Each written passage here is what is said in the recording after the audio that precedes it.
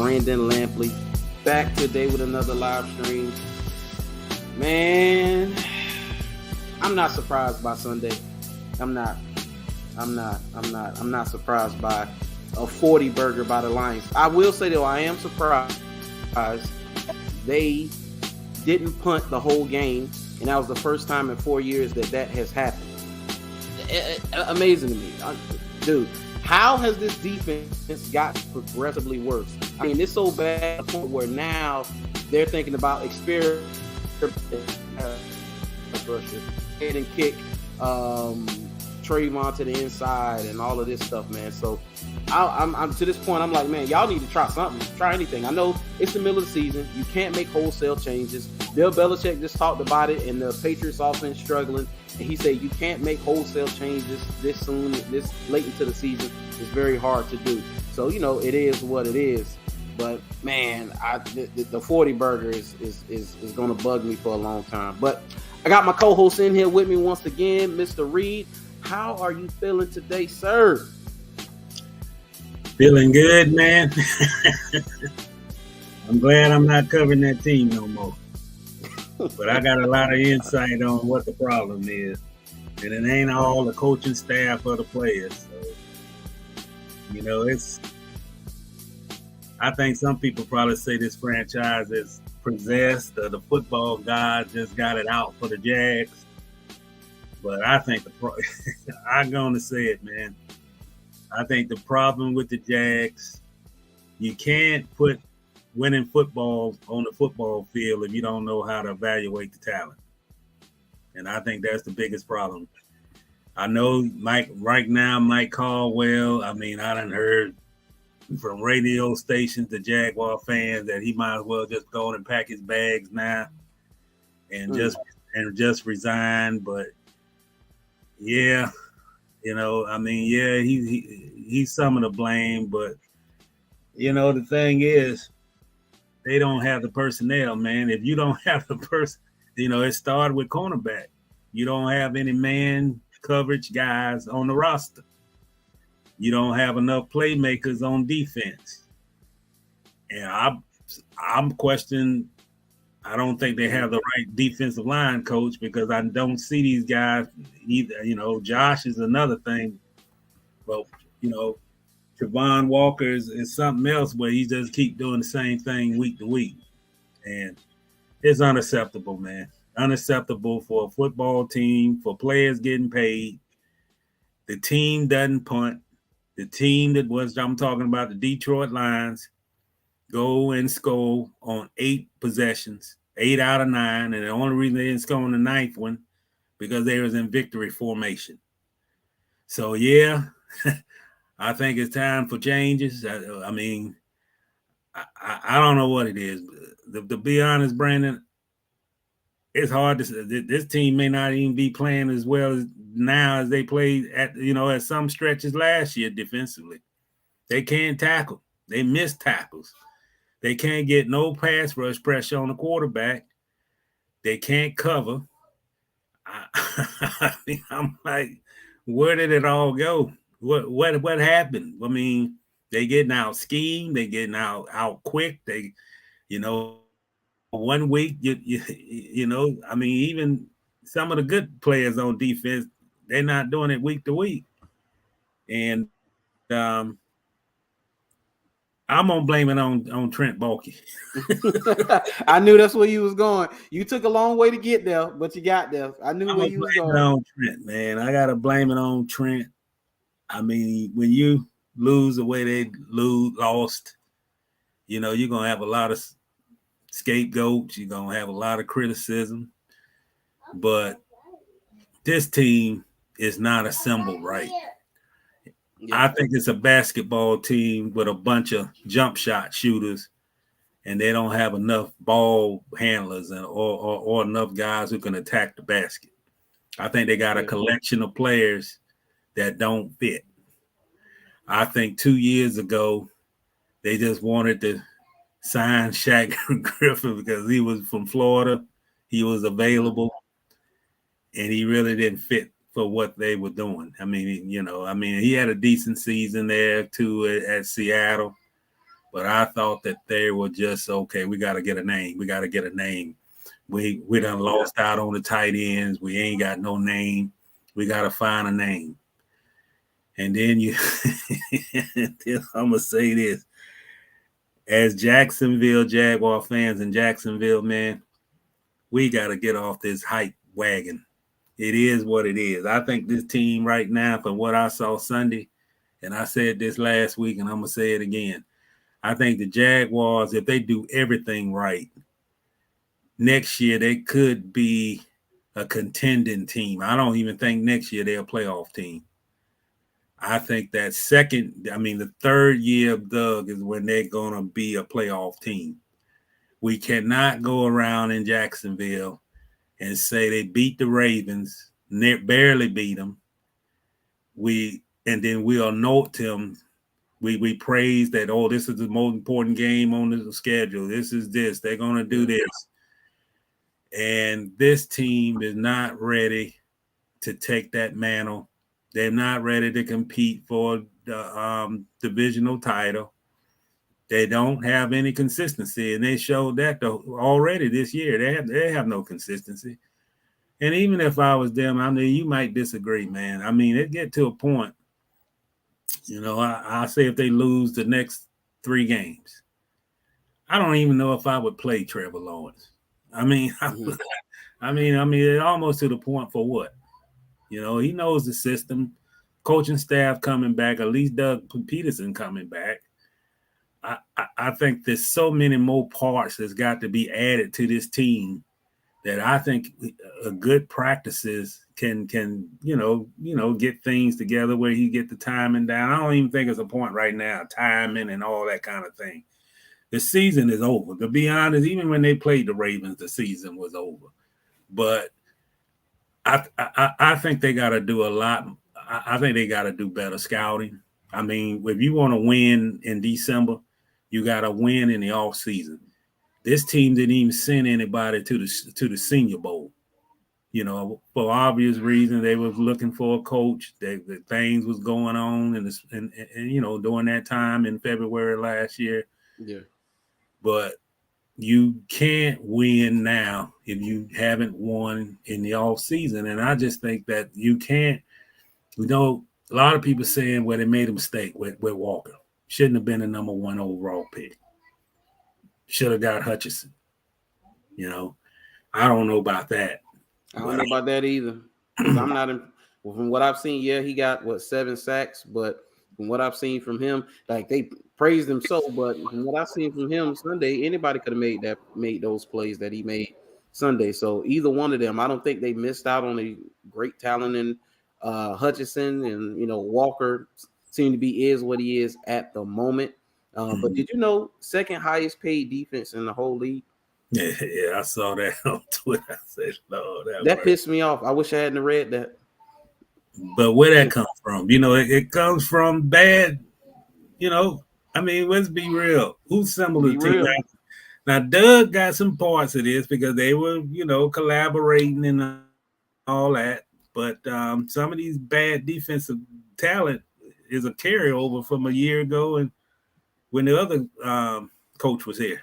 But it's unacceptable to have the second highest paid defense and you give up that amount of points, get embarrassed. So, I would say sort of critical game. It would have put them, if they would have won, I think that would have put them 2 games behind the Titans. But I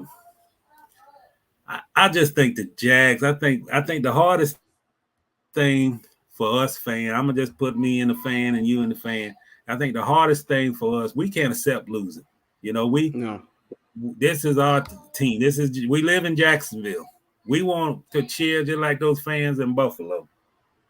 And it's hard being a fan, man. It's hard to invest your money to go see this team play. You get some excitement a Sunday, just like a week ago, but when they beat Baltimore, and then you just come back around, and it's like the highest form of disappointment when the team just looked like, to me, number one, they got outplayed, obviously, got out coached, outperformed, and there was no effort from the get-go. You got guys who left your franchise like a DJ Chark coming in, and you know he's coming back for revenge, and he scores. You know, I mean, he played a great game. Shoot, Josh Oliver. Josh Oliver was pumped last 2 weeks ago, man. So yeah. You are right about that. I mean, I ask you this question: do you think that who is the scapegoat? Do you think defensively they got to find a new coordinator? Because that's the talk around town that Mike Caldwell over his head, never been a defensive coordinator before, not putting them in position to make plays. They don't have the personnel to play. I mean, now this is what they say. I don't know what he's in. I don't know what his philosophy is, you know. But they say that he's a guy who likes to have straight on man coverage, you know, straight man, and you know, play those safeties over the top, and he doesn't have the cornerbacks. Yeah. And I'm saying to myself, man, if that was the scheme, I'm surely you had a whole bunch of film last year, because I can watch the film from last year, and I could have told you coming into this year that you don't have enough guys who can have that ability to be a press coverage cornerback. Yeah. Well, you know? I think that he takes responsibility because he is the coordinator, but also I do believe that this collection of talent on defense isn't good. No, it's not. No. I mean, you got zero push in the middle Sunday. Zero push. Jared Goff was sitting in a lawn chair sipping lemonade, throwing darts from the pocket. Like, that's what was going on. Like, they couldn't touch him. They couldn't get to him. And it's been like that for most of the year. If you had an inside presence, I think things would be a little different for on the edge. But inside, you don't have a guy who can consistently win. You don't. You have guys who flash here and there, but you don't have that. That's why they got us mock having Jalen Carter, because inside D-line is a need. We said that before. You know, depth is a need. Inside D-line is a need. Corner is a need. Edge is a need. And we're not a 3-4 team. Right. It's not. This is not a 3-4 team. Right. And so, I mean, it may be time to start experimenting. A 300 pass rush snaps is what Devin Lloyd had in college. 300 he played on the edge. 300 snaps. He had 17 sacks and was one of the highest graded pass rushers. I think he's like at 84 or something like that. You know, Pro Football Focus and all of that. So, I mean, and somebody put up Von Miller, 6'3", 249. Devin Lloyd, 6'3", 237, 38 pounds. I mean, yeah, he's a little light in the pants, of course, and you don't want him out there on running downs, because all they're going to do is run the ball straight at him. But on obvious passing situations, try it out. What do you have to lose at this point? I would be throwing everything in there. I'm going to try to make this gumbo a little, at least edible, you know? So let's try, just throw some in there. Throw some lemon pepper in there. Throw some of that Indole sausage in there. Throw some more beans in there. You know, throw the sauce in there. Throw whatever you need to throw in this concoction to at least, so where I at least want to eat it. But where did they come up thinking? I asked you this question. I mean, I went through the spring with them, but where did they come on this thinking? Where did the thinking come from that the talent that they have, the talent that they got from the draft, was capable of trying to scheme this defense with the existing talent and the young talent that they got out of the draft? Because I still question, and I said this last week, I don't think they should have drafted two linebackers that play the same position when you got needs across the board. I mean, Twitter's killing that point right now. Everybody's bringing that up. Why? And I don't understand. So you telling me you 4-8 football team, you drafted a guy, what was he, 24, 27, whatever he was. He was first round pick. Yeah. 27th overall pick. This kid has never not had success in football until now. And you're going to tell me that he has played his way from getting on the field on a 4-8 football team? Right. Right. Absolutely. What up, Kasan? He said Jared Goff was what Shaq calls big men in the paint taking advantage of small dudes. Barbecue chicken all game. Kasan, I love when Shaq came up there, I use it all the time. Barbecue chicken. That's what it was. That's what the defense was. It was barbecue chicken the whole game. That's just what it is, man. And at this point, like you say, it is what it is. The season's done. If Trevor is not absolutely 100%, and he's not in trouble of re-aggravating said injury or whatever, and he don't feel 100% to go, I'm not putting him out there against the Tennessee Titans. Yeah, I wouldn't. I mean, at this point, what's the point? I mean, we know what he can do. Yeah. Now, if he's healthy, it's going to be very hard to keep him off the field. And if he wants to play, I'm going to let him play. But if he's not 100% healthy, I'm not putting him out there. Man, it's just, and like you said, Balky, I give a lot of this to Balky. The Titans just fired their GM.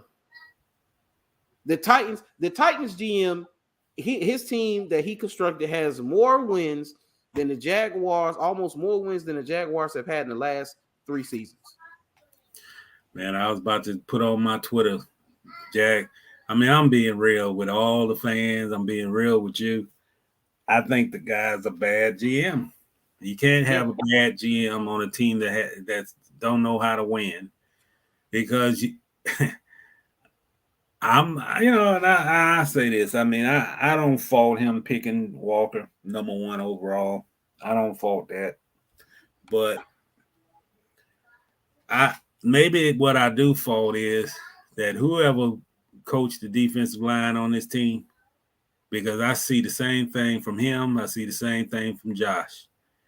You cannot be an edge rusher, any kind of rusher, to get to the quarterback using one move. You can't get the quarterback doing one move. You can't just overpower off the top and get through that, getting through the offensive lineman that way. I mean, you got to come up with something else. I mean, brute strength will not get you to the quarterback. It's been proven.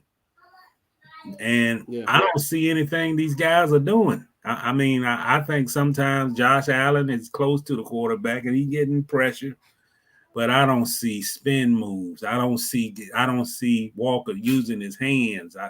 I see him coming up high, coming in hard, but then once he come in, there's nothing. He's not moving lateral. He's just going through the top. I don't see the rip move, any kind of move to get out the embrace of the lineman. And he's a lot of times, both of them, they taking themselves out of the play. The run come right by him, and they like Josh, he's so intent on trying to get to the quarterback that they just run around them. The same thing you watch the Colts. That's what Jan get in trouble with. And I don't see enough improvement. Now, whose fault is that? Defensive line, Mike Caldwell? I don't know. But you cannot have a number 1 overall pick and his transgression of improvement from week to week he played better the first 3 weeks of the season than he's doing now. So, I think you got to play the guy and all these guys. I think you got to play them at their best position. If that's with his hand on the ground, playing inside, at this point, I think you should do it. At least see, will it work better than playing them at outside linebacker? And I don't know what to say about Josh, man. I'm so disappointed. I'm almost to the point, out of all the players on the Jaguars team, I'm more disappointed with Josh Allen than anybody, because you cannot be the designated leader, which he's been, and then you come out and you cannot make a statement. You don't have no statement game. You miss tackles. He had a clean shot on the quarterback there Sunday, and he missed him. And he has not. I'm looking at him. If you watch the tape of his rookie year and watch him do the things now, he was a better rookie than he is now. And that's something is wrong with that. The one thing I thought he did great as a rookie, he went inside. Like he would go out and then cut in. He would use his lateral movement, speed. He had side to side quickness, but he had lateral movement that he knew he could. Okay, he got me here. I'm going here. And I don't know if that was the coaching from Calais. I don't know what it was, but he was a better instinctive rusher as a rookie than he is now. Now, he comes off that edge hard. There's no. I say this. There's no question about this guy as far as willpower. He's gonna play hard. He's gonna try to make a play. But when you, that's good if you're a rookie.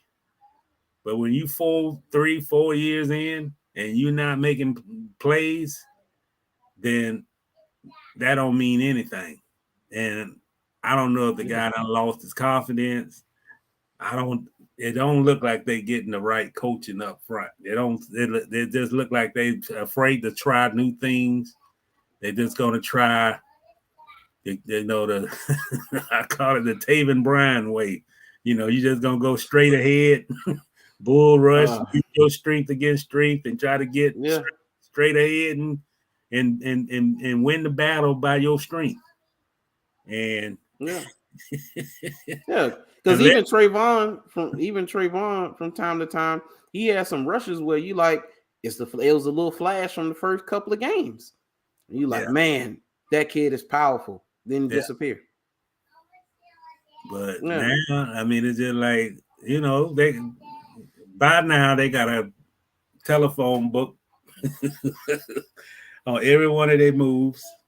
This is what you do if he come this way. This is what you do when he come this way. He's not going to counter you. You just take him out. If he comes in, you follow him.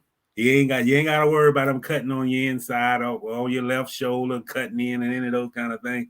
So they done become to the point that they simple the scheme. Because if you watch him, and I'm saying this for a fact, if you go watch these guys, you can go back to the Ravens game and go back and watch this Lions game. They're not doing anything different from week to week. And what NFL teams do, they got a scouting department work 24 hours a day. All they do is splice film. That's all they do. And unless you Aaron Donald, who can, he can beat a guy straight up, but he that strong. But Trayvon Walker and Josh Allen, they need to do a little bit more than just being big, strong guys. They got to have some moves. And they haven't shown it. And I just think Josh Allen just been a flop, man. I don't know any other way how to call it. He's been a big disappointment. He's you can't come out and be the leader of the team, and then don't produce no results. That's not a leader. This guy got what? 3 sacks. How many sacks he got? 2. Shit. Hey, prior to Sunday, Chad Muma had no sacks. Now he's 3rd or 4th on the team, if I'm not mistaken. Well, I guess he's ahead of Josh Allen then, huh? But the Titans, I don't know what the Titans got going on, because why are you firing him at this point of the season? That's puzzling to me, and that makes me think that, just like Twitter already speculating, it's more to it. This isn't something that they just came to the conclusion. Oh, we don't like the reasoning is supposedly is they don't like the direction that he's going in, the way he's constructed the roster and all of this and whatnot. But I think it's more to it. But they just fired their GM. They're 7-5, kind of spiraling just a little bit. The Colts are the Colts. I don't know what they're doing. They got destroyed by the Cowboys. The Texans are tanking. Let's just call it what it is. They're definitely tanking. So the AFC South is up for grabs. And what are the Jaguars doing? Exactly what they've done in the past. This is the frustrating part, because the AFC South, you could call it a dumpster fire right now.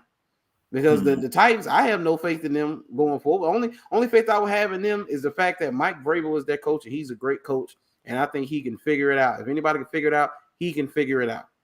Other than that, dude, it's up for the taking.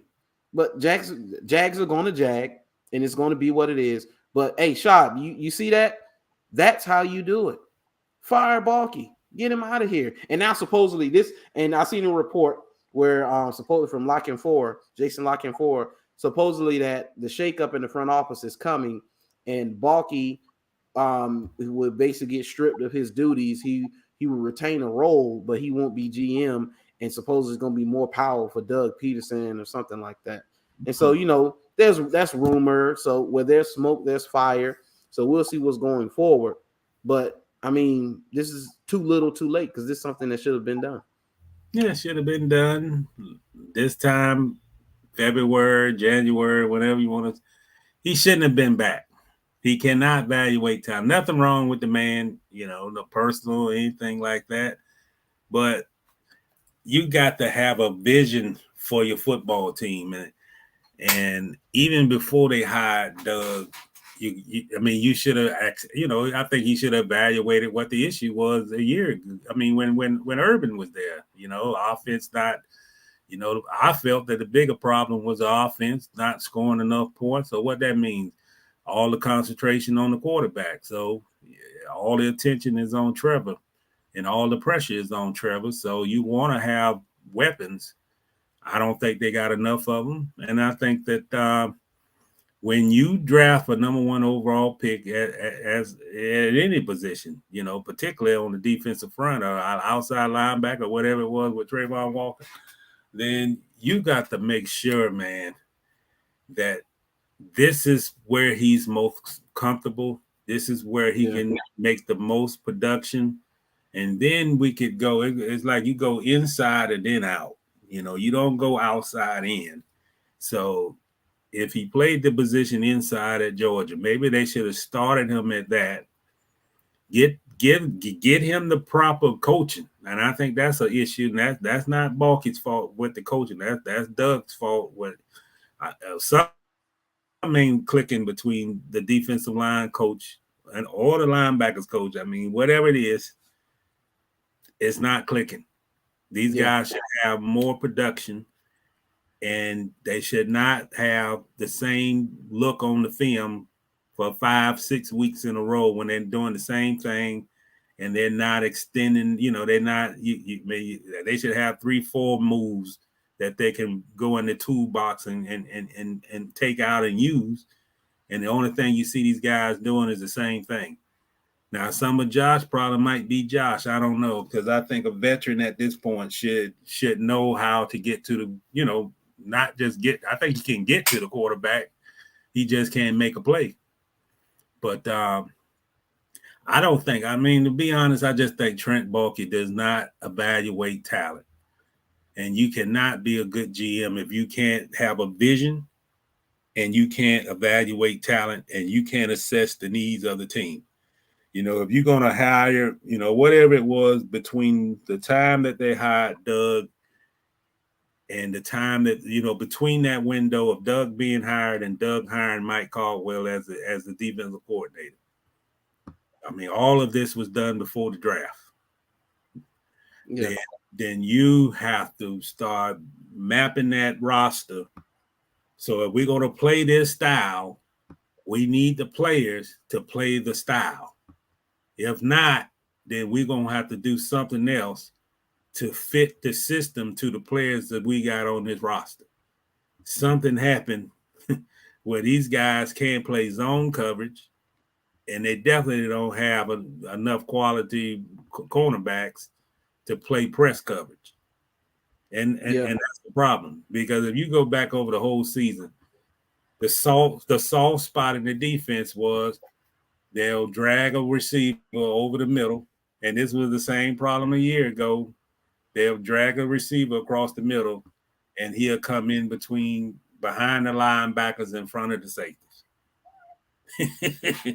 Teams are still doing that. Still doing it. Yep. They've been doing that all year. They're still doing it. Who did that the most seemingly? Philly did it a lot. The Colts, man, in Indy. In Indy, yeah. Hey, Michael Pittman was killing them. Washington did it. Yeah. And it's like they can't figure it out. And then, oh my God, watching highlights of Quincy Williams Yeah. for the Jets. Yeah. That dude can play, man. He can cover. I'm talking about that boy was flying all over the field against Minnesota. Yeah. Knocking people out. And you gave him you got nothing for him. You gave him away. He's making less than $1 million, and you have a dead cap hit of Miles Jack and Schobert of $15 million who are no longer playing with the team. Yeah. But they wouldn't even give a kid a shot. They he'll mess up in a game and they'll put him on the bench and they wouldn't play him. I'm talking about Quincy Williams. Yeah. You know? Man. And to be honest, I commend the Jaguars. That might have been one of the best Caldwell moves because when he got drafted, we like, who is this kid? He wasn't even listed. He wasn't even among the top 50 prospects at linebacker before the draft.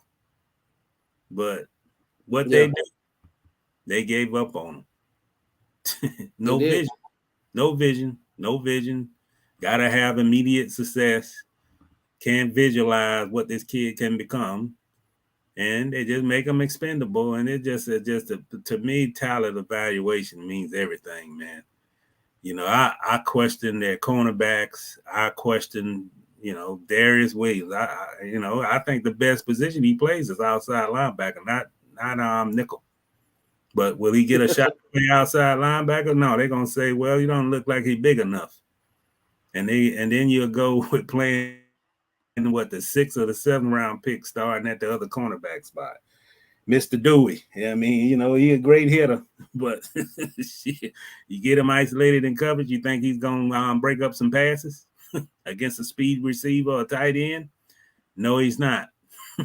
No, he's not. This roster needs a ton of work, man. A ton of work. And yeah, can't forget about the Kassan say them receivers dropping passes. I think they had 5 drops, and that total bring them to most in the NFL. I think it's 20. I think over the season they had 25 drops, most in the league, man. But it is what it is. Yeah, we the football team didn't feel with one of the strongest drafts at wide receiver, and I stress this all the time. But we were so good, we didn't need to draft a wide receiver. Yeah, and watching Chris Olave is good. Yeah.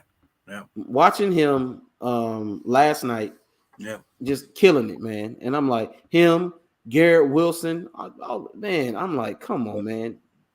Because those guys, man, a great receiver is somebody who can break off his coverage and basically react to where the ball is thrown.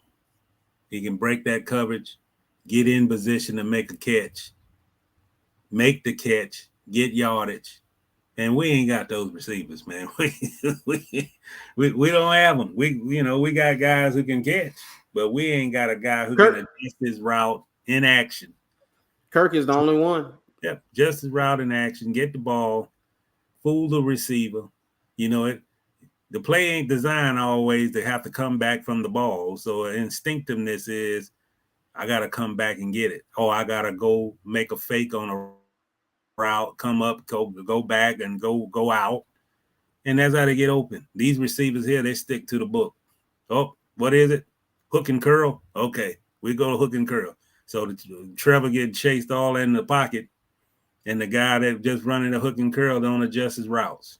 Doesn't adjust it, no completion. That's what we got. Yeah. That's what you got. Yeah. Kirk seems to be the only one, man. But I mean, so it is what it is. But these next couple of weeks, go ahead and all those guys who figure out who they're gonna play, where they're gonna play, all the young guys on the roster, get them some playing time and get something at least to where you can have something positive going into next year, because you got the Titans twice. You haven't beat the Texans in a decade. And I just hope they don't get embarrassed by the Cowboys in their house. I just hope the Cowboys don't come and embarrass them. But that game looking like it's going to be what the Colts game was. Yeah. And Jacksonville can make a trade without using draft picks. There is such a thing that you can trade a player for a player and don't have to get a bunch of picks in return. I think they need to try that route a little bit more. Like, you're going to trade this guy, make a trade, get a veteran. I don't think they have enough veterans on the football team. You got to have Trevor Lawrence being a leader when he's only in his second year. That's a problem. I mean, that could be the difference also in winning and losing. They don't have enough veteran talent, and they don't have enough veterans that's making an impact. And look at that. A lot of overpaid. Who do you blame? You blame the GM. He the one brought those guys. This is one of the strongest class. I went to Indianapolis to that draft combine. I watched the 40-yard dash. That's what all you need to know is who can run. You can make them into a catcher. You need to find somebody who can break the coverage and the ball. You got your number one overall pick who can throw the ball downfield. I need somebody who can run a 4.3, 4.4 in that range. They had probably like the first 8 that ran the 40, ran it under what was sub 4.4 seconds in the 40. One of the fastest wide receiver classes like in a decade or something like that. And just like you talked about, they could have got the kid from Ohio State that the Saints got. They could have grabbed him up. But, Mr. Ball can know more about football than anybody in the country. He can spot talent, and he can estimate what they're gonna turn out to be, even with a bad track record as he has. With no, his jewels turn out to be duds. Hey, that's what it's looking like to me, man, and that's it's unfortunate, man, but. I guess I'm getting sick of talking about him. I'm getting sick of talking about him. 40-14, man. Football, NFL style, shouldn't have any games where we got to sit there and watch a team score 8 out of 9 possessions, and the punter don't never get in the game. That's unacceptable. Unacceptable.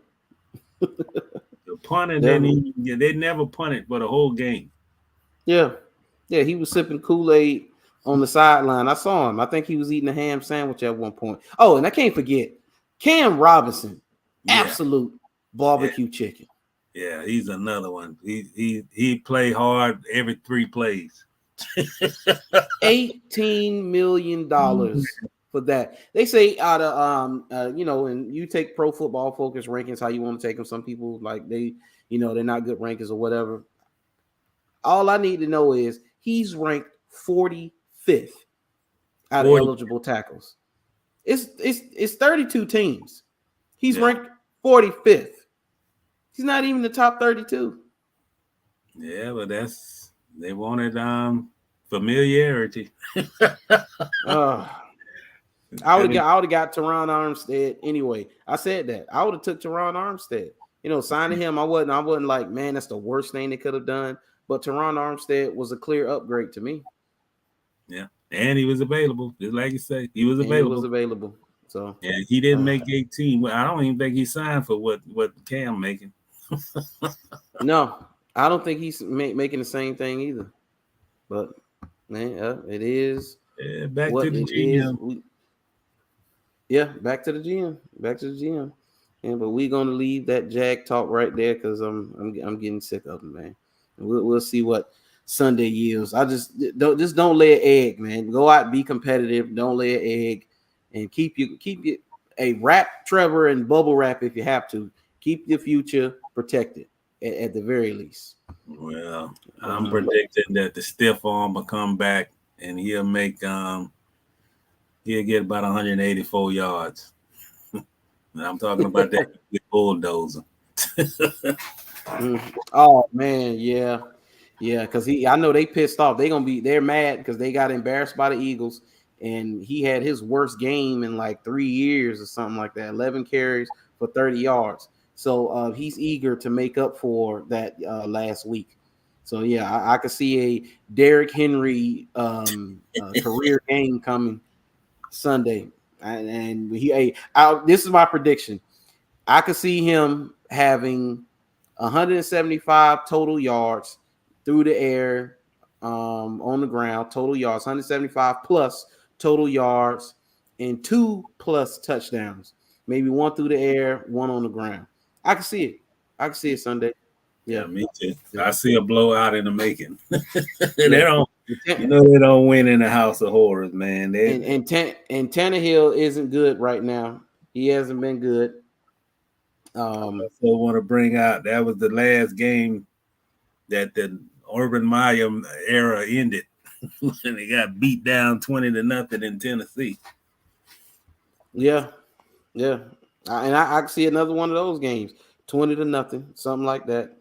Some crazy game. Yeah. But we're gonna leave it right there, man. We're gonna move on. We staying in football, of course. And man, we got to talk about this talk has been dominating the last 2 days. Deion Sanders has left Jackson State and he's moved on to Colorado. And it was very interesting. And I wonder if Colorado, they at least had to have a conversation on the phone with Eric Bieniemy. I mean, at the very least. I mean, they had to talk to him at least. Because I think, didn't he play for Colorado? Yeah. I think, yeah. So you had to have at least had a conversation with him. But I don't see Deion Sanders being at Colorado for a very long time. I think this is just another stepping stone to a even bigger job, probably SEC or a Florida State or something like that. So at some point, I mean, Colorado, go ahead and get Eric Bieniemy in there for sure, because the NFL, it must be in the cards for him. But man, let's. This is one of the that people are criticizing Deion Sanders, and this right here by Bomani Jones was a very, I think, very intelligent assessment of the situation. I like how he broke it down. I just have a few things here and there I would have challenged him on if I was there, but I did like what I've heard from him on this. With Black Twitter calling Deion a sellout and all of that, and I'm going to go in on that fact right there, because it's almost like, how dare you to these people. But let's listen to Bomani Jones and we'll get back into it. Step into Deion other Sanders HBCUs. has spent the last 35 years telling us there ain't but one Deion Sanders. Now he's telling us go find somebody else to do what Deion Sanders does. You can't have this both ways. I don't judge him for taking the job in Colorado. They probably increased his salary by something like 15 times, right? I totally get that. It all makes sense. But what he did was something that college coaches do all the time, which is you have to sell people 4-year, 10-year plans when your plan is always 1 year at a time. That's the only way that you could really pull that off. And so he came in and he sold a long-term vision for what was going on at Jackson State, but his goals and ambitions were always to be a Power 5 head coach. My take has always been he went to Jackson State primarily because he wanted to be a head coach, but didn't want to ever be anybody's assistant coach. So he had to find somebody that would give him a job and make him a head coach, and so he could have that on his resume, and then he could take that to try to get the job that he actually wanted. Jackson State was the place that could do it, and he did a lot of good work while he was at Jackson State. But all the bigger, grandiose notions of what he was doing for somebody else, no, it was what it always is. He did it for Deion, and that's fine if you don't tell us that you're trying to do this for somebody else. But can't he do both? Can't he go to a program and be there for 3 years, only have 5 losses like he did, and the attention? Maybe the next person won't be, prime time. They won't be as charismatic as he is, but he still did bring attention to it. And what I've seen from the athletic director and other people is they were grateful for him, and they talked about him going on, and something he signaled because of the financial disparities here. No, he's very good, but I think the magnitude of the financial disparity is so much greater than anybody realizes. I think the magnitude of the financial disparity between HBCUs and other FCS schools, the smaller division in Division I, is bigger than people realize it is. So there's room to criticize him for the way that he has left and for the fact that his initial rhetoric is not in line with his ultimate decision. What would you have him do? What would you have the man do? Oh, well, I wouldn't have come in the first place and said that God sent me here to fix HBCUs, and God decided that in the middle of it you were supposed to leave. Right? I mean, like, the thing I've said is maybe God wants 10% of $5 million and not 10% of $375. If God can do math, I can understand why it is. He sold a dream and then walked out on the dream. People have the right to be critical of that. I also would have taken the job that he took at Colorado, right? It's not a judgment of the fact that he took the job, but this is not in line with what he told us for all these years. Step into other. So what you think about that? Well, he made good points, but look here. Let me say this in a way that everybody understands. we got to understand Deion. When you hire Deion, you basically hiring his personality. He's going to be over assumed on everything. Everything is going to be Deion. You can't tell me Jackson State hired him, think he's going to be there 5 years, and don't look at other opportunities. The one thing that I get out of being me is this, beyond me is this, that, yeah, he might have said about, God sent him to Jackson State. I do agree with him on this. Deion didn't want to go to be assistant coach anywhere. The only opportunity that he probably had was going to HBCU route. He wanted to be the coach at Florida State. They say he wasn't qualified. The only previous coaching experience before taking that Jackson State job was a high school coach at the school that he owned. So you got to understand Deion. I mean, I don't think people understand Deion. Deion is smart, first of all. Deion been playing that act for a long time. The Deion, the prime time, the jury. I saw all that back in the 80s. And all of it is you have to understand Deion to understand why he does what he does. He came from a town where, Fort Myers, Florida is a town. If you go to Fort Myers, Florida, and you go in that neighborhood where he grew up at, you understand why his personality is as centered as it is, because when you live in an area where he lived at, ain't nobody thought he could be a star. I mean, he was a great high school athlete, great college player, but his incentive was to be a star. And it's hard to even have that visualization, the visual that he is living in that town of Fort Myers. But the thing that people got to understand, man, Deion gonna do things. Deion been doing things for Deion his whole life. And I'm a true believer that destiny is your decision. And to make that clear is, if you make your destination to be a Power 5 coach and you do the things to get to that area, make yourself qualified, make yourself wanted by other schools, I think that's what he did. I don't think, and I agree with what Deion said. He said that, he wants to be a person who can open up doors for other Black people, in this situation, coaching. Because if you look at what's going on right now, even in the college ranks, we don't have enough college football coaches, pro football coaches that look like me and you. Yeah. I think Deion can be successful at Colorado. And this is what people got to look at. And I know HBCUs, and I know every school got their own pride. Jackson State got pride. Florida A&M got pride. I understand that, and I'm not downgrading that at all. But you cannot tell me, if this man be successful at Colorado, that door is going to open a lot wider for people that look like me and you, if he's successful, than if he was to stay at Jackson State for 10 years. That's just the bottom line of what it is. And that it's no slight or anything. We're trying to open up doors that has been closed for a long time in these college Power 5 schools. I said to you before we started the show, I want to see what he can do when he has all the tools. He's got great facilities. He can get and jump in a jet and go to LA and come back the same day. They ain't got jets taking off at Jackson State for him to go get on a private chartered jet and go recruit. He did a hell of a job at Jackson State. I don't care what people say about him being a sellout and all this, what the CNN thing say, being a sellout. But he has imprinted Jackson State. Those endorsements are contracts. And they'll be honored, I would assume, long after he leaves. Yes.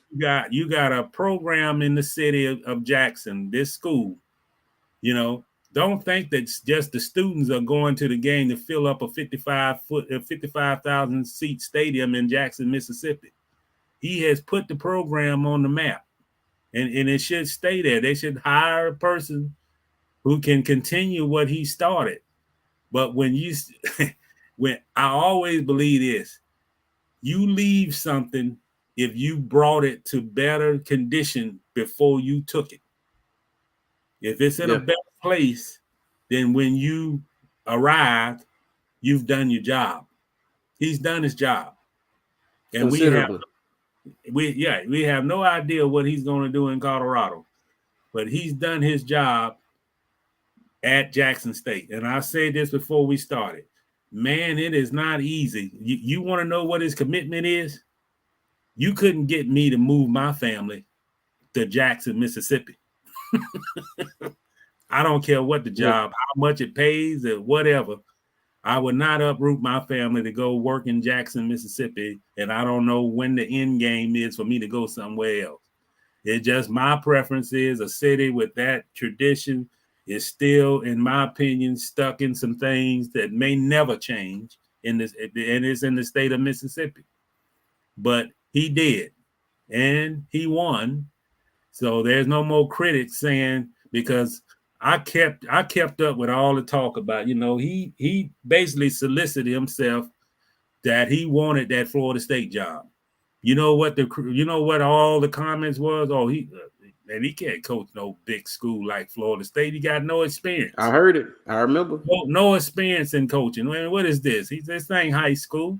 He's got to get on some type of program where he can get some experience before he started talking about being a head coach. So he said, okay, well, I'll go somewhere that'll take me and give me a chance. And that was Jackson State. He went 11-2 last year, undefeated this year. They playing in a bowl game. He can finish the year undefeated. Black national champions. He's done what he can do, man. Everything that he can do. Sometimes you reach a ceiling. And a lot of times people got to understand, man. Unfortunately, in America, we do things for personal growth. We can't do things to satisfy everybody, no matter how hard we try. Because if Deion would have been in Jackson State for the next 10 years, when he left after the 10th year, the same stuff that they got right there, critics accuse him of selling out. 10 years from now, if he would have left Jackson State, they'd still be saying that. Yes. And yes, absolutely. It's the masses, but you have to seize opportunities, because right now, believe it or not, I know we live in this world where we're in 2022 and about to go in 2023. And believe it or not, some of the doors that was closed 30 years ago are still closed. Believe it. They are still closed. They're not hiring guys, black coaches in the Pac-10, Pac-12, whatever it is. And there are some qualified coaches. When you can put the black coaches on your hand in these big Power 5 conferences, and you definitely can't name one. Do the SEC got a black head coach at any of their schools? I don't think so. You can't name it off the top of my head. No, I don't think so. No. Yeah. And then they just, in the Pac-12, just lost David Shaw. David Shaw's gone from Stanford. Yeah. So now you added Deion, but you done lost another one. So you right back to where you started. One. We gotta stop being so touchy-feely, man. As black men, women, all of us, black people, we gotta stop having so much animosity. If one of us make it, we cannot be. I don't want to be the voice of the population. I just want an opportunity. I just want to go to, if I did success at this job, I don't want to be criticized because I want something more and have a bigger challenge. Because if I have a bigger challenge and I accomplish the objective, then that's many more people I'm going to reach, many more people I'm going to change, and many more things that's going to get accomplished at a bigger scale. And I think sometimes we limit ourselves too much that, okay, if the the opportunity is bigger, but I'm loyal to where I'm at. And sometimes loyalty keep you at a certain place. And if you trying to strive to help more people, sometimes you got to take the chance and go for the bigger challenge. And that's how I see it, Brandon. I think the guy means well. I think he's a great motivator. I think he can have a much bigger impact. And it is no slight to the HBCUs, but the HBCUs have to start visualizing bigger things. They got to start seeing things. This guy went in and I think he did some as far as establishing endorsements and getting upgrades, and the money is there to upgrade the facility, and he's getting this corporate sponsorship and things. He has set the path of what these HBCUs have to do. You got to play in the corporate America, because you got to take advantage of any type of money and resources that you can get. You got to go aggressively after them. You got to go get them. Yeah, you do. Yeah, you do. And the whole thing around this would piss me off. And Bomani Jones, I like what he said, but the pushback that I would have given Bomani Jones is that, yes, he said all of those things in the beginning, and some of those things, you wish he probably wouldn't have said. But that's how he felt at the time. That's what he wanted to do at the time. And anybody could see what the plan was. I mean, if you thought that he was going to be at Jackson State for the next 20 years, 10 years, 15 years, that's on you. I put that on you. I do. I put that on you. I don't put that on Deion. I put that on you. Because as soon as he took the job, I was like, he's going to be there as long as his son is there. And now his son is transferring and leaving and going to Colorado with him. So, yeah, right. He been said that. They was like, if a Power 5 school comes calling, are you going to entertain it? He's like, yeah, I would have to. Yeah. Absolutely. I would have to. But the pushback I would give Bomani is that, yes, he said these things, Bomani, but even Dr. Martin Luther King, towards the end of his life, realized that the way he was going about things wasn't getting the desired result he wanted. And he was beginning to change the way he thought, his thought process, and how he was going to go about doing things for our people. Even he saw that certain things were not working. Deion felt a certain way in the beginning, but I'm sure after being there those couple of years, and now you got the reports coming out of them misappropriating funds. He's had to take his money to pay his staff. He donated half his salary to help them finish the facility in time for the start of the season. He got them an Under Armour deal. They got a new TV contract that was like $125 million. I mean, come on. And then under this new regime, I ain't gonna call no names, but this new regime who's leading the country, HBCU funds got cut from $45 billion to $2 billion. And let's talk about the facilities and how bad the facilities are. Master P, his son Hersey was going to Tennessee State. He's a great basketball player. He could have went to any of the top schools. He went to Tennessee State. Master P got there. He saw the state of those facilities. He saw how things were being ran. He said, "Oh no, Hersey, come on, let's go. We got to go." And he took him and he moved him up out of there. I mean, you got to address what the root issue is. HBCUs have issues, and it starts at the top. And I'm sure with Jackson State, this misappropriation of funds, all of a sudden the ticket money has gone missing. Is things about that are going to come out. And as Deion has left, you're going to see more and more about that stuff is coming out. But how he felt in the beginning is not how I'm sure he's felt in the end. I mean, it is what it is. But like you said, he left Jackson State in a better place than it was in before he got there. Yeah. And now go get you another guy. Supposedly Cam Newton has interest in coaching. Jackson State should be on the phone with Cam Newton right now. Cam, you want to be a head coach? Because if anything, Cam Newton he's gonna bring the money with him. He's gonna bring the attention with him. The camera crews are gonna be there. It's Cam Newton. Go ahead and do it. If that's what if guys want to do, go out. He's laid the blueprint. Go out and do it.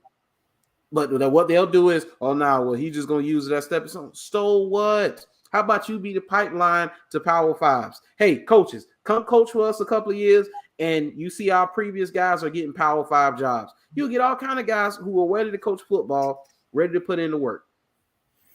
But no, that's not what we're going to do. And then the black people call him Deion a sellout. How much money have you yourself donated to Jackson State? Yeah. I told you, $1.6 trillion spending power in this country black people hold. Deion got 30 plus billion from Colorado. 1.6 trillion, that's a drop in the bucket. You could have came together and given Jackson State resources in order to retain Deion to get better facilities. You could do that for all of the HBCUs, but do they do it? No. And I've seen this girl, she say, the same people criticizing Deion for going to Colorado is the same people that sold their grandmama house. Just make that make sense. Yeah. That's so I'm sick of the pointing and sputtering and the sitting on the sidelines and yelling. You don't want to participate in the game, but you want to sit back and you want to coach. You want to take accolades and you want to criticize.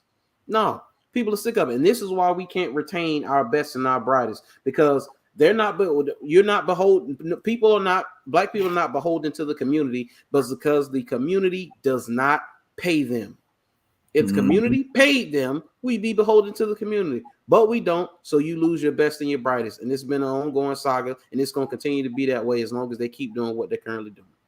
Yeah. It is what it is.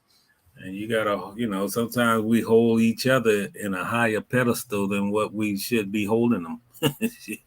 We live, fortunately, we live in a country where opportunity knocks, you go seek. That's the bottom line. And I say this, Brandon, HBCUs, this is your time. You're in the spotlight. Yes. I think you can get sponsorships if you try. I think you can go out and visualize and do things to improve all programs in with these schools. And I think you have to do a better job of marketing yourself too. Also, I don't think the marketing in the HBCUs is good as what it should be. Sometimes you have to spend money to get money, and sometimes you have to go out and get quality people, whether or not you got to pay for talent. And I think you gotta also have a you just gotta have a visual. You can't do everything in a year, but you can probably get a whole lot done if you got a 3-year, 4-year plan. And absolutely. I had a brother that played at South Carolina State, and you look at their facilities, they probably in the same state it was when he played in the early 80s. And that's the call of duty, man. You gotta, if you're gonna recruit talent, and don't underestimate the power of your school. And I think sometimes they look at things and say, okay, well, we're not gonna be able to get this kid.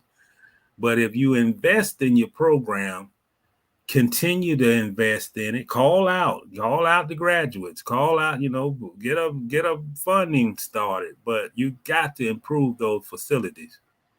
Because I can remember back when I was in Louisiana, I used to cover Grambling games, and it's like, man, Grambling got a nice stadium, a new stadium that was built. But then you go right around the corner and look at the dorms, and the dorms look like they were built in 1940. So how you going to recruit if you got half of the, you got one half of the thing look okay, but, the medical facility is horrible and the dorms are horrible with no, at that point when I was there, they didn't even have air conditioning in the dorms. So, it's hard. But don't think the kid's not looking at that kind of stuff, man. You can go out and get good quality 4-star, 3-star athletes, but I just don't think you continue. You know what I'm saying this, and no slight to any HBCU, but you can have the same stadium conditions, and they're the same for 20 years, 30 years, and you have no improvement. Something is wrong with that pitch. Yeah, it absolutely is. So, I mean, and then not only that, the different issues and situations that they had which stuff being stolen on like 3 different occasions. Mm-hmm. Then you had the player who was deleted and got put in the trunk. And then you say Jackson, Mississippi, it's not really it's not the greatest area, so it's it is what it is. So let's say Kassan said, saw a few HBCU games on TV while one game, not want to call out team, but the field looked like the grass hasn't been watered all year. I've seen some games and I know exactly. Hey, it's true. I mean, the ground keeping up some of the stadiums.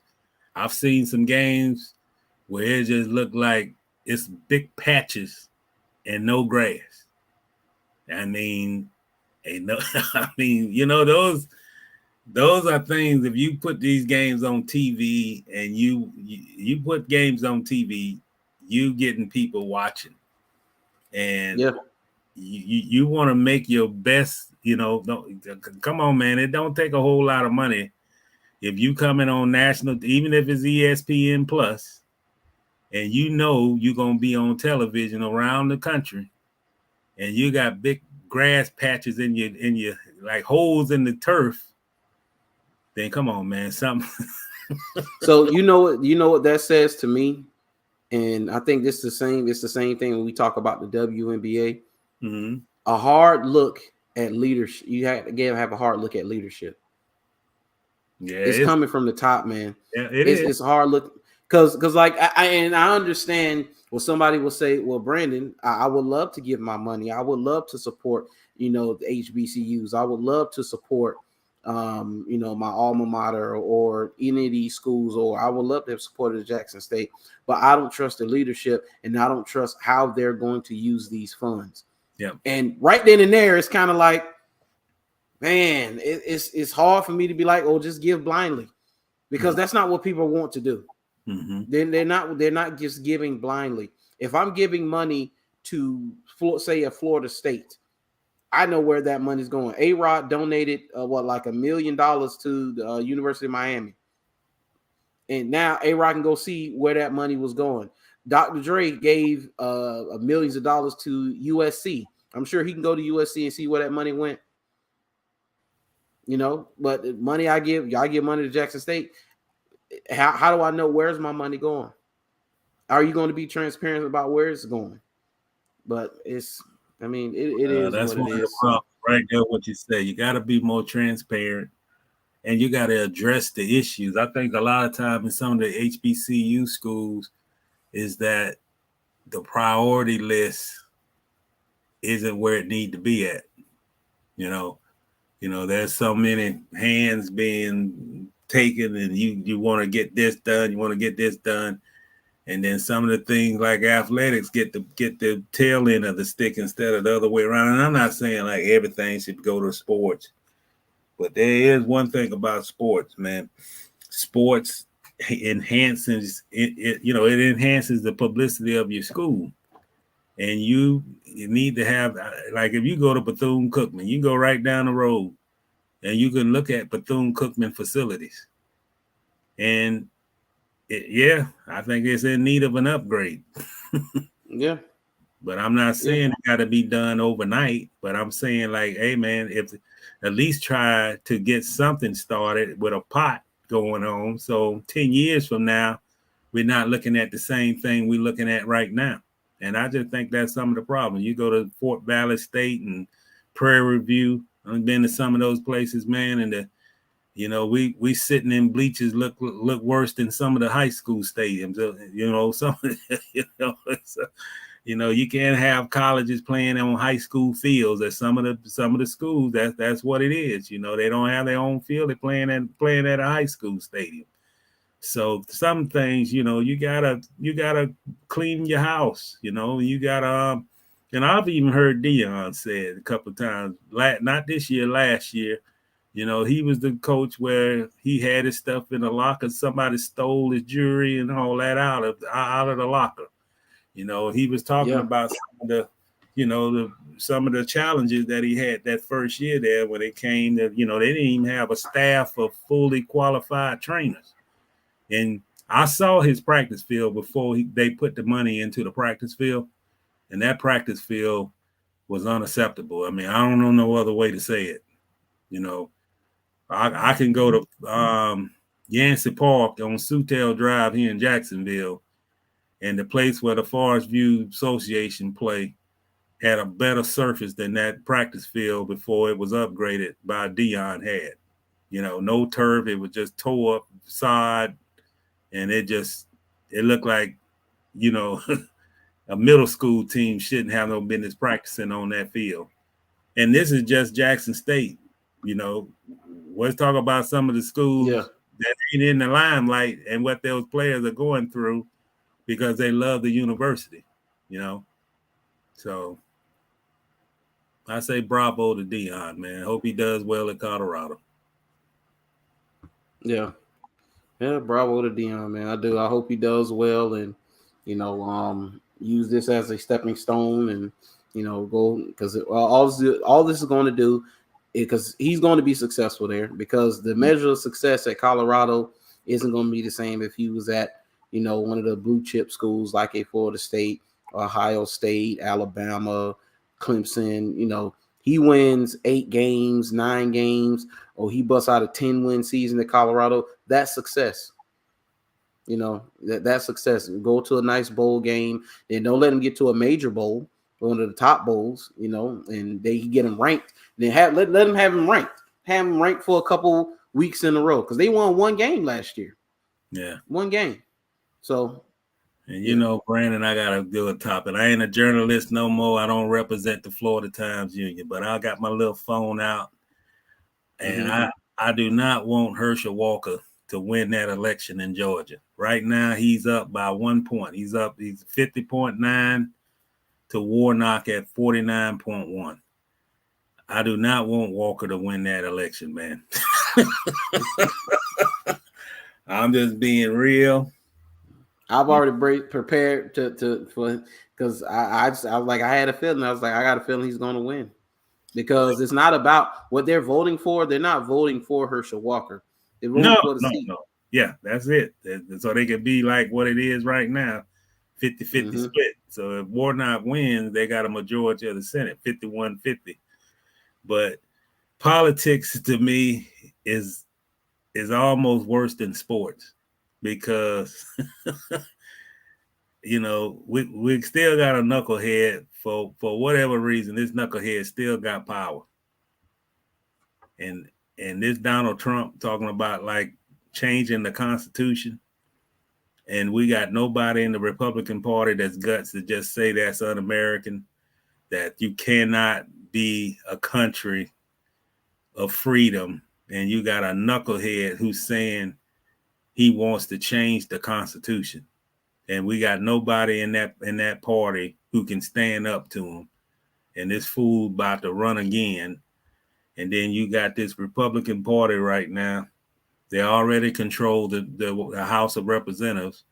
If Walker wins, they might as well say they got control of the Senate again. And it's just like, man, if this happens, we don't want to know what direction this country's going in, especially if that knucklehead get elected again. Yeah. I told people, it's like, hey, be prepared, because man, it's I only think it's a few people who can really challenge him. It is what it is. I'm going to be honest on the record. I'm not happy with Joe Biden, to be honest. And that's what that's one of the biggest reasons why I think he's going to win, right there. I mean, I just think he can do more. I mean, you got to consider what his age. He's talking about running again, and I don't know, some of the promises that was in 20. I mean, I haven't seen them. I haven't seen what the country should do and what we could do. And now this, you know, we got this election here, man. It's just, I don't know. Now he's back up ahead. So who knows what's going to happen tonight? Yeah. Who knows, man? But we're going to put a pin in that right there. And much success to Deion in Colorado. Yes. And then we're going to move on to Deshaun Watson. And these last few, we're going to go through them because they're not really lengthy. So we're going to go through them pretty quickly. But yeah, so right now we're going to talk about just a little bit about Deshaun Watson. And I want to see this because I haven't watched this myself. I just heard about it. So I want to watch this and see what she had to say about Deshaun Watson. Fans, now what? We are in uncharted territory. There have been star quarterbacks accused of criminal behavior before, accused of inappropriate acts, but not like this. This isn't he said, she said. It's he said, they all said. Well over 24 women, 26 lawsuits filed. Graphic details that paint a sinister, planned, and habitual strategy to isolate and sexually abuse relatively powerless women. When I first heard the early accusations, I'll admit I didn't believe it. I've known Deshaun Watson since his freshman year at Clemson, hugged his mom, interviewed him many times, and considered him a friend.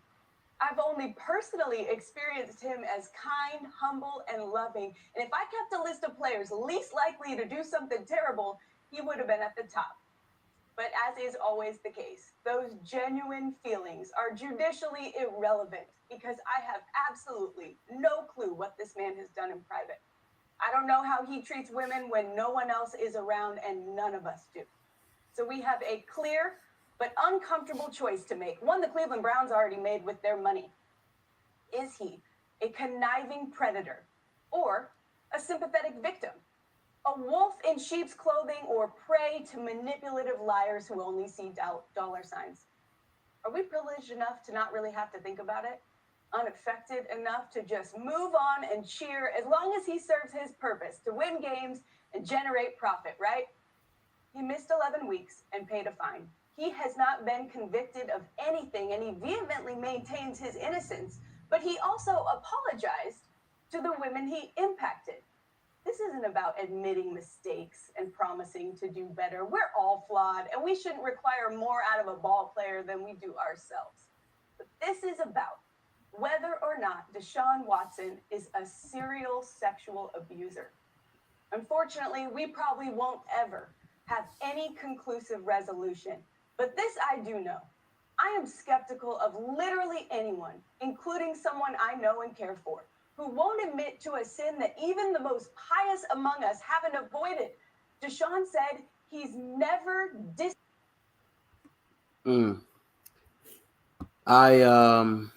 Man, after listening to that, it's everything that I thought and heard that it was. That was a lot of virtue signaling. First of all, that was crocodile tears. And not a single tear dropped out of her eye. Mm-hmm. And, the fact that, I knew him and he was this and he was that. She didn't have this smoke for Ben Roethlisberger. Mm-hmm. I would love to see who she voted for. She probably voted for Trump. She ain't had this smoke for Trump. And even if she didn't vote for Trump, let's say she voted for Biden. She ain't had this smoke for Biden. Both of which have been accused of inappropriate behavior multiple times. Let's not forget that. People sweep that under the rug. Allegedly, but they've been accused of it multiple times.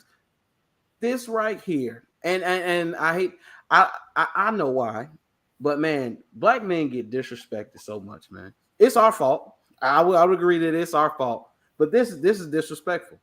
It is because, like she said, she doesn't know, she wasn't there, but she's persecuting him right now.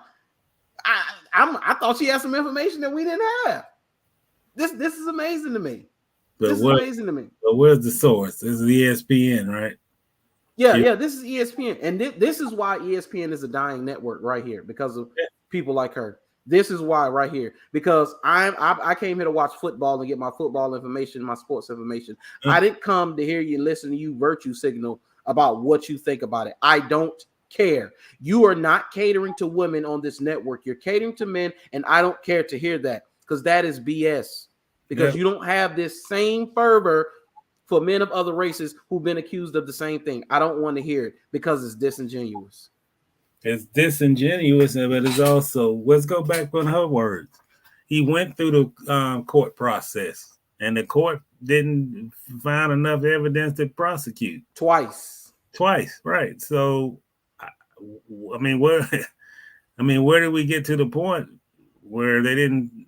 What we gonna fault them for not? Your grand jury didn't come up with enough evidence, or what? I don't like, and this is the problem I got with ESPN. As ESPN creates news, maybe they've sent out a letter, We want to have a female speak against Deshaun Watson, show some emotion, may have knew him 10 years ago, and we'll put you on camera, but she is not part of, she ain't filed a lawsuit.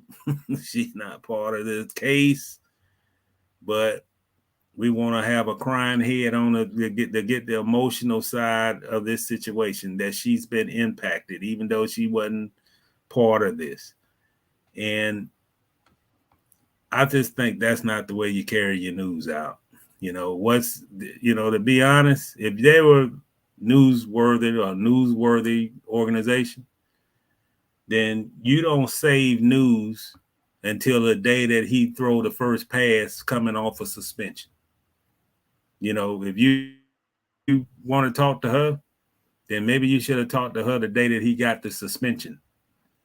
And that's why I say they do things out of drama and not out of news. They want the big impact to get readership and eyes on their television shows because of the amount of money they done lost. And that's not the way you gather news. That's why I'm out of the news business altogether, because it's not news anymore. It's just like this here. This to me, that's TMZ. And they probably pay her. Oh, yeah, she's a plant.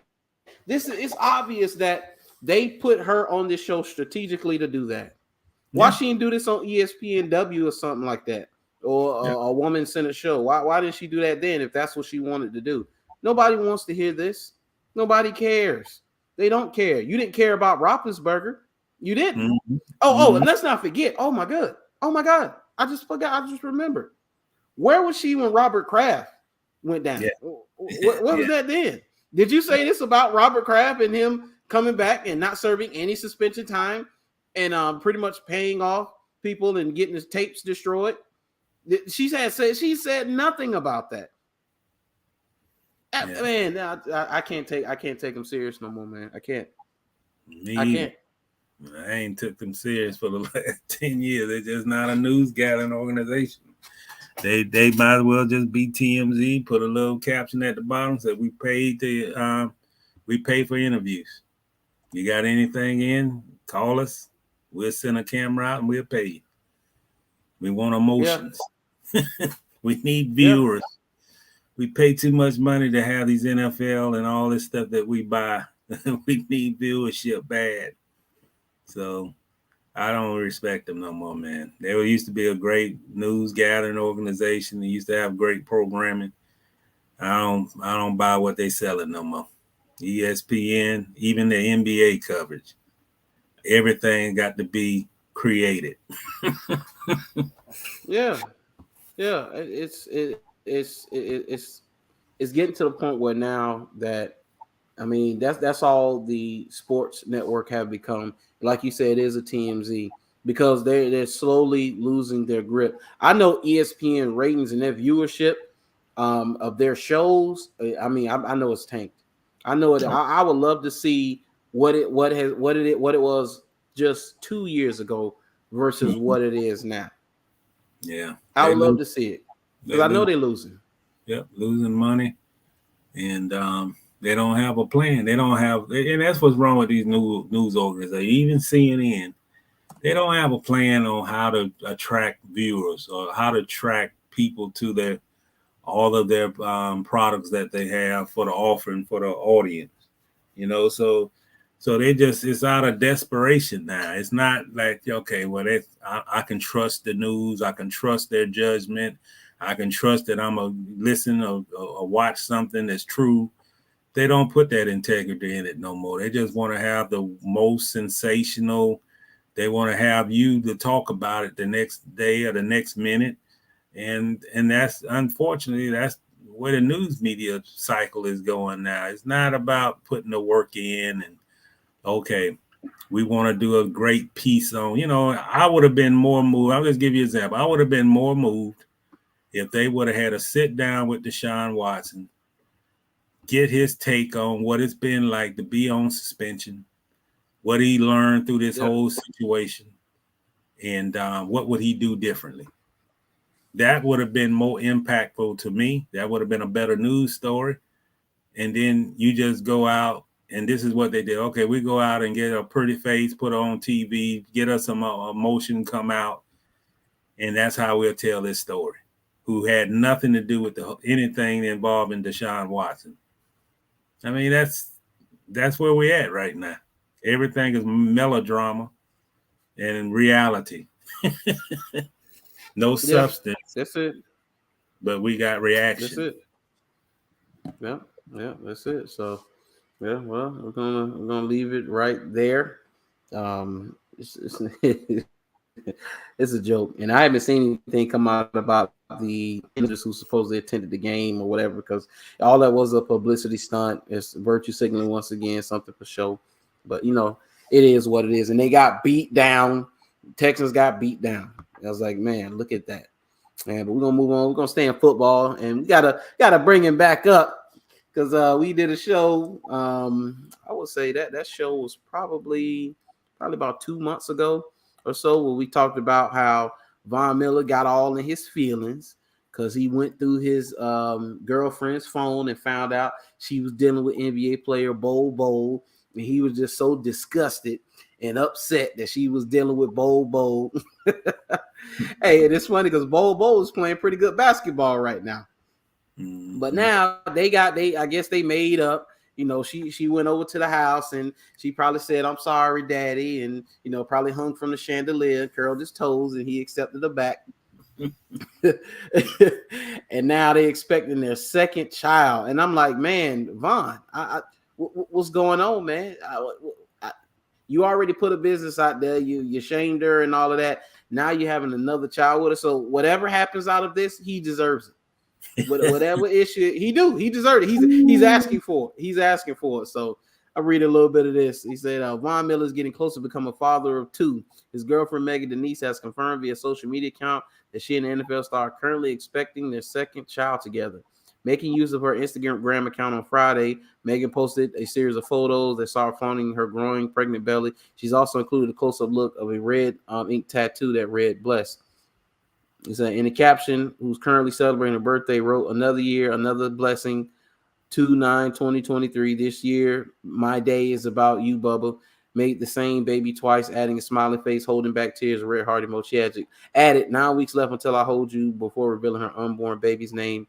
Victory Deshaun Miller. I don't even know how to. It's BV and then Sean. Okay, somebody can tell me how to pronounce that. But yeah, so once again, he done double dipped, and I'm like, dude. And this is where this is the part where, to me, men complicate their lives and then justify why they complicated said life, because they have to justify after you complicate your life. Then you have to justify why you did it. And I'm sure if I was able to talk to him one-on-one in private and ask him the question, he was willing to talk to me, I'm sure I'm going to get a dumb response. I'm sure. Because he could have left. He could have left. He could have let it go. But now you done double dip. So now when it ends, she's getting double support now. Double. And it's just what it's going to be. Yeah. Yeah, you have to make the right decisions, man. Yeah. And I don't blame her. I don't blame her at all. I don't blame her at all. Hey, I would call her smart at this point. I would call her smart. I did this and he let me back. Yes. And he's gonna give me another walk-in check. Yeah. Why would she say no? Yeah, then a few months later after the baby, and she gonna he'll be back in the same. Yeah. Yeah, he gonna find out she dealing with one of the World Cup players or something like that. He gonna be in his feelings once again. It's a never-ending cycle, man. It said, Kassan said, I never watch ESPN when the NBA is being broadcast. One, commentary sucks, and two, no post-game show. Yeah, I mean, it's laughable what ESPN has become, man, considering what it was just 5 years ago. That decline is really starting. They really on the decline now. But even just 5 years ago, dearth of shows that they had on there, and they got rid of especially when they started downsizing and get rid of all some of their best people. That's when they really went downhill. Mm-hmm. They ain't been back. And I guarantee ain't been back. And I guarantee you, they feel like they probably got rid of some of the problems that they had and people who cooperate. Because I heard some one of the music producers said the music industry now, they're not the record labels are not looking for talent. They're looking for people who are cooperative and do what they tell them to do. That's what they're looking for. Yep. And I guarantee you that's what ESPN looking for as well. Yeah, I don't think they have a game plan. So so man, we're gonna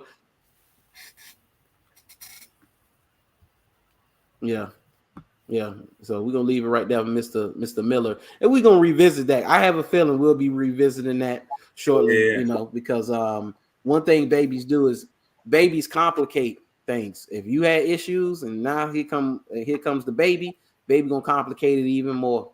So we'll hear about it soon. Yep. And so now we're gonna leave it right there. Go ahead. No, I disagree with you. No, I say I agree with you on that one. Okay. But we're gonna leave it right there. We're gonna talk about Mr. Anthony Davis. Anthony Davis, who's playing well, man. He's playing well. I think last 2 games he's averaging 49 points a game. Oh man, I just googled him to pull it up, and already, hold on, let me put it on the screen. Already, I just said it. I should have knocked on wood when I said it, but already we was gonna give him some praise tonight because he's been playing beast.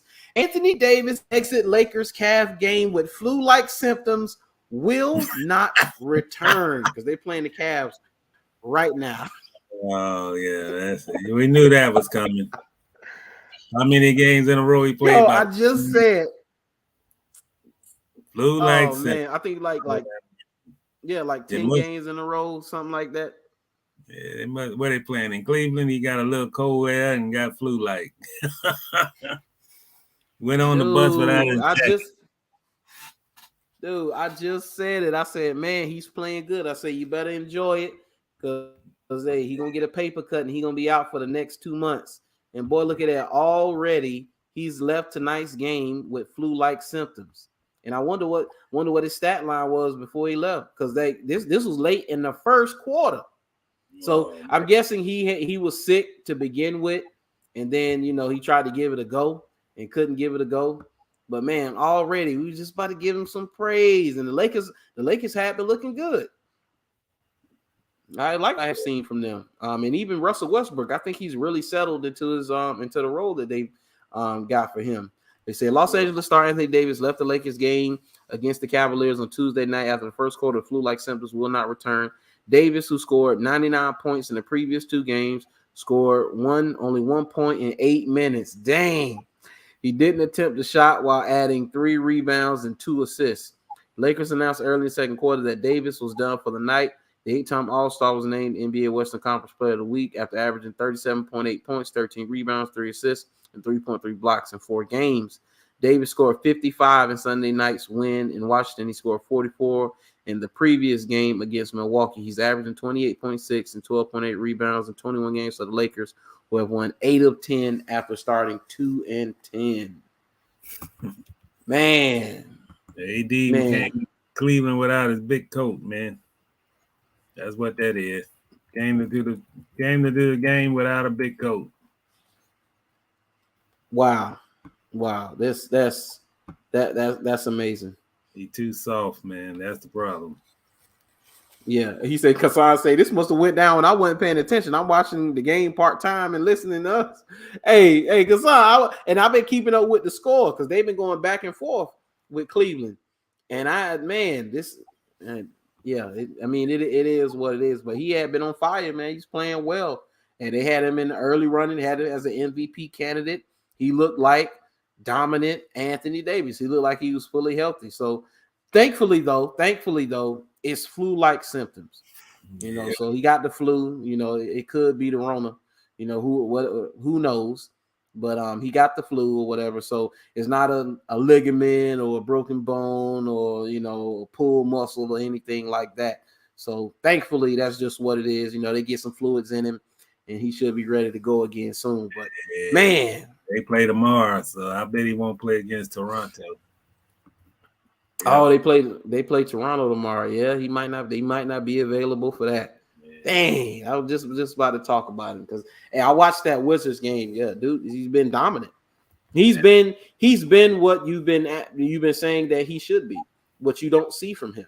You know, I didn't see no deferring. I just saw attack. Well, he still got it in him. He just, you know, can he hold up is the problem. He, you know, flu like he probably have to keep the flu for the week, for the rest of the week till they go back to LA.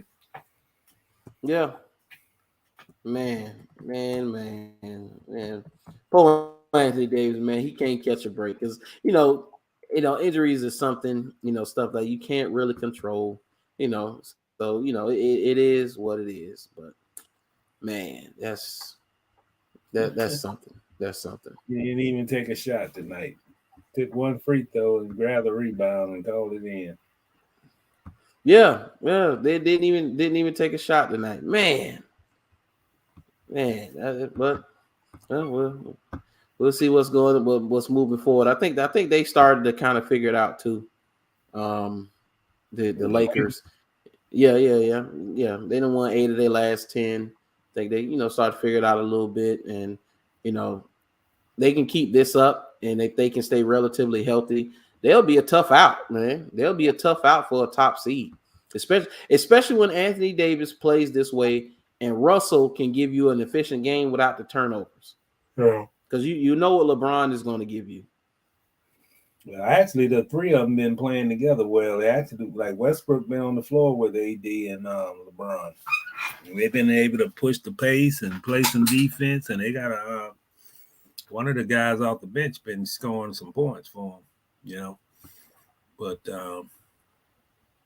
okay. We'll see how long AD got to be a more consistent and productive player, man. I mean, yeah, he does. It's almost to the point he is never going to lose the reputation of being a soft guy who always get hurt at the wrong time. Go on a winning streak. Where's AD? Oh, he's out the lineup. You know, 8 out of 10 or whatever they done won. It take them 2 weeks to get off a flu. I've seen it live in person. Yeah. He goes on those stretches, man. He gonna have to miss some time about every 3 months in the season. Something gonna happen.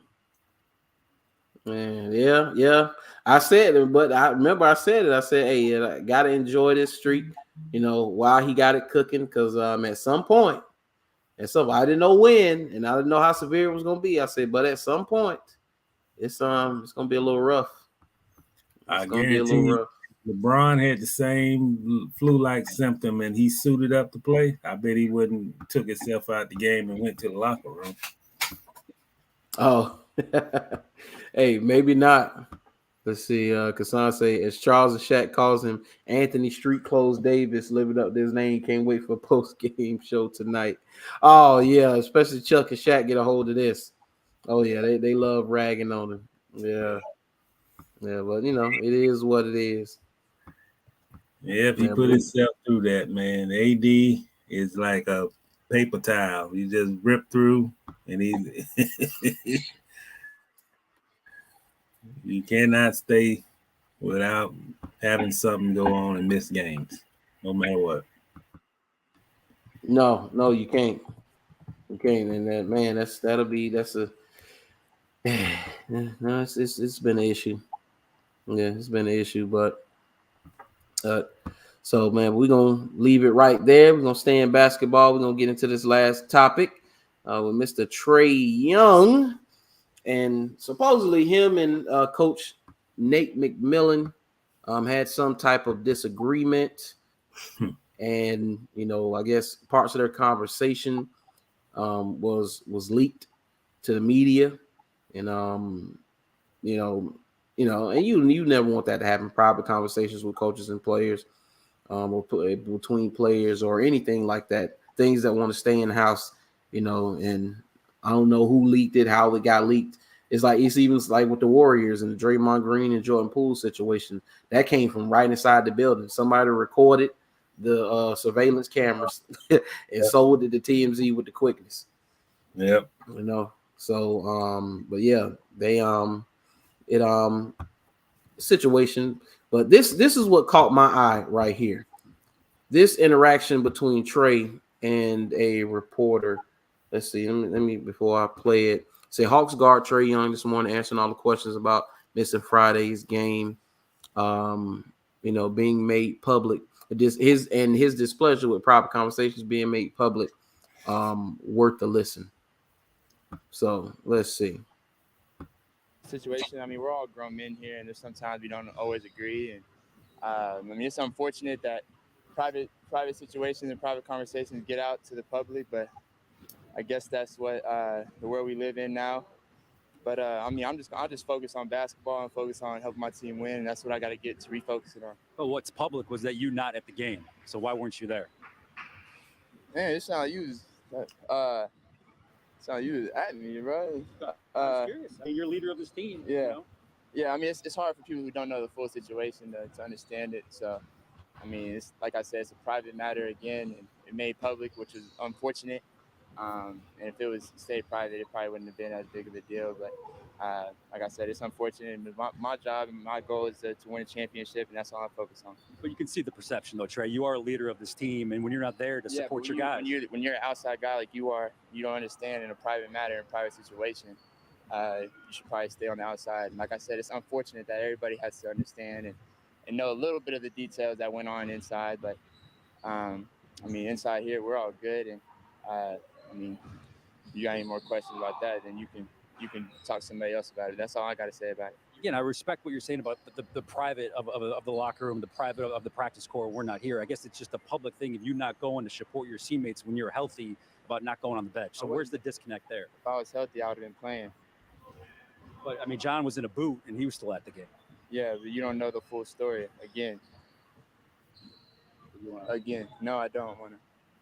So that's just, there's more to it. If you being healthy, and just, I mean, a private matter needs to stay private. Dude, Trae, you seen that evil eye he gave him? Mm-hmm. Trae wanted to say a lot more than he said in that interview. But I'm going to let you go ahead. Well, I can tell you right now what this was. This was WSB, one of their top news stations in Atlanta. And it looks like this guy is a news reporter from the news desk who comes trying to draw more than they think a sports writer would do. And he probably haven't even covered the game. He's just a news reporter, bombarding him with all these questions. And, I mean, these guys are athletes. They're in the limelight. Something like that jump off. There's going to be reporters ask them tough questions, which this reporter, I think he kind of overstepped it a little bit. But I agree with Mr. Trae. I mean, he kept to his word. It's a private conversation. You don't need to disclose everything that happened in a private conversation, or he doesn't need to explain why he wasn't at the game. He might have was suspended. Who knows? I mean, there'd be some situations where you get suspended. You can't come to the game. I mean, him and Nate McMillan got into an argument, and Nate might have suspended him. But, he didn't want to get into details about all that, which he clearly stated. But I don't know, man. We live in a world right now where media people want to be in front of the cameras instead of having the camera behind them asking the question. So it looked like this reporter was just trying to upstage the player, trying to ask the harder question than anybody in the news conference. And just how direct his questions was, it just don't seem like he's a everyday reporter covering the Hawks. He seems like he was one of the news divisional guys. And this was probably one of his first press conferences with the Hawks, and he wanted to be set the stage as a news reporter, that he can ask tough questions than sports writer. That's what it seemed like to me. Yeah, and now that I'm reading up on the situation, and supposedly, and it's all seemed like a whole bunch of petty, and he right. This is a matter that should have stayed private, but it did get made public. And so that Young and his coach McMillan disagreed about his participation in last Friday's shoot around. The report said that Young wanted to get his shoulder treated instead of participating in the shoot around, while McMillan wanted Young to participate in shoot around and get treated during the walkthrough. Said when Young said he would not participate in the shoot around, McMillan said he could either come off the bench or miss the game entirely. Young opted for the latter, and the team listed him as inactive with the shoulder injury. Young, who led the NBA in total points scored and total assists last season, was upset that the details went public. You know, of course, he said what he said in the interview. He said, but McMillan wanted to clarify that he never told Young to skip the game. McMillan said, one thing I do want to respond to is there was something said about me telling Trae not to show up for a game. McMillan said, I will never, ever, and have never, ever told a player not to show up for a game. That's just false. Yeah, this just look like some in-house stuff, man. You know, Nate can be tough at times. I mean, I've heard reputation that Nate McMillan, when he can put his foot down at, you know, and I think this is a question of a superstar player. Coach want him to do something. You know, right now, I thought the importance of shoot-arounds was de-emphasized. And there are a lot of teams don't do the shoot-arounds. And they'll do like a walkthrough before the game. And I don't know. I sometimes coaches butt heads with the star. And I think that's an indication of what this was. And Nate, you know, I'd say this, Nate got a reputation that it got to be Nate way. If it's not Nate way, it might be a problem. And that's what this seemed like it was. Situation. Yeah. And the way today is, you know, and just from the thing I got from Hawks fan, you know, because every team has their section of Twitter, and you know, so when stuff happens with their team and their players, they talk. And the fans are out on Nate McMillan. They're out on it. It's like, and it's not necessarily, you know, his attitude or whatever. It's purely basketball reasons and his coaching ability. And they're saying that it's him.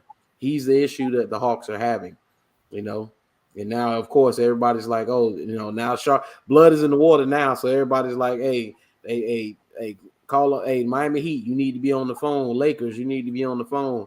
Everybody needed to be on the phone inquiring about the young superstar that is Trae Young. But the Hawks, he's not going anywhere. Nate McMillan to be gone before Trae Young is going anywhere. Yeah, let's repeat that. And that's probably what Nate knows, too. I think so. Young will be a Hawk long before Nate McMillan. Nate could go back to Portland. Yeah. I tell you what, man, Monty Williams used to have these kind of skirmishes once or twice during the season where you gotta. Some of these NBA coaches, man, they try to reprogram players. They just have to show. I mean, I don't know what it be. I think sometimes it's motivation to the rest of the team. But occasionally the coach will butt heads with the star player, and he say this my rule, and you got to follow these rules and all that. But boy, to be honest, and know what this situation is real petty for Nate McMillan to put Trae Young in that situation, make him go to a shoot around where they basically throwing balls up in the basket for about an hour. It may not even be that much, and not give him the option just to sit that out. I mean, if all that's true, Nate is a little bitty. You don't win basketball games at a shoot around. And to be honest with you, over the last few years, a lot of NBA teams don't do the shoot around. They'll just tell the players to show up. You know, if the game at 7 that night, they tell them to come show up at the gym around about 3:30 and 4 to put up some shots, get treatment, and then just stay at the site to get ready. You know, instead of going to the practice facility, they just show up at the arena. And like I say, Nate with that just seemed like a little petty for whatever reason. Yeah. Nursing is more important than trying to put up shots at that point. Yeah, it does. You're right. It do for Nate. It does. It seems just like it's a little petty, you know. And you know, of course, especially my favorite part is when he say, "I want to reiterate that I've never, ever said this, and I've never said that." And yeah, I believe you, Nate. I believe you never directly said it, but I believe he implied it. Yeah. Mm-hmm. And he probably said it. You know, as I said, that private conversation get twisted when you don't hear it directly. So come on, Nate. Don't be you got one of the best young players in the league, man. Don't piss him off. Right. Absolutely. Don't piss him off. You got one of the best young players in the league, man. Don't piss the young man off. So, I mean, it is what it is. But, man, we're going to leave it right there. And, man, so what's your final thoughts, man, on these Jags and moving forward? First of all, fire Balky. Get the hashtag started. Let's go ahead. Get him out of there. Fire Balky. He's not a talent evaluator. Rebuilding. And if it ain't worth it, man, let the quarterback sit out like the final 2 weeks of the season. Yeah. We know we know what he is. We know what he can do. Just sit him out before he get hurt. I just saw a photo of Trevor on this girl's IG, and he in a little mini boot. You know, it's not a big boot, but it's a little one of them little padded that look like a real thick shoe. But it's a boot. So he's in one now. So if he not 100%, and if he not just chomping at the bit to play, and he's like gotta play, because you know how especially young players are, like they gotta compete. They want to compete. I know he wants to be out there, but you got to protect him from himself. So if he's not 100%, if he's not ready to go, hey, Jeffrey Simmons is coming. You got that? Yes, sir. Yeah. So we'll see what happens Sunday. But until next time, make sure you like, share, subscribe. Follow me on all my social medias. Follow Mr. Reed on Twitter. Appreciate everybody for tuning in, man.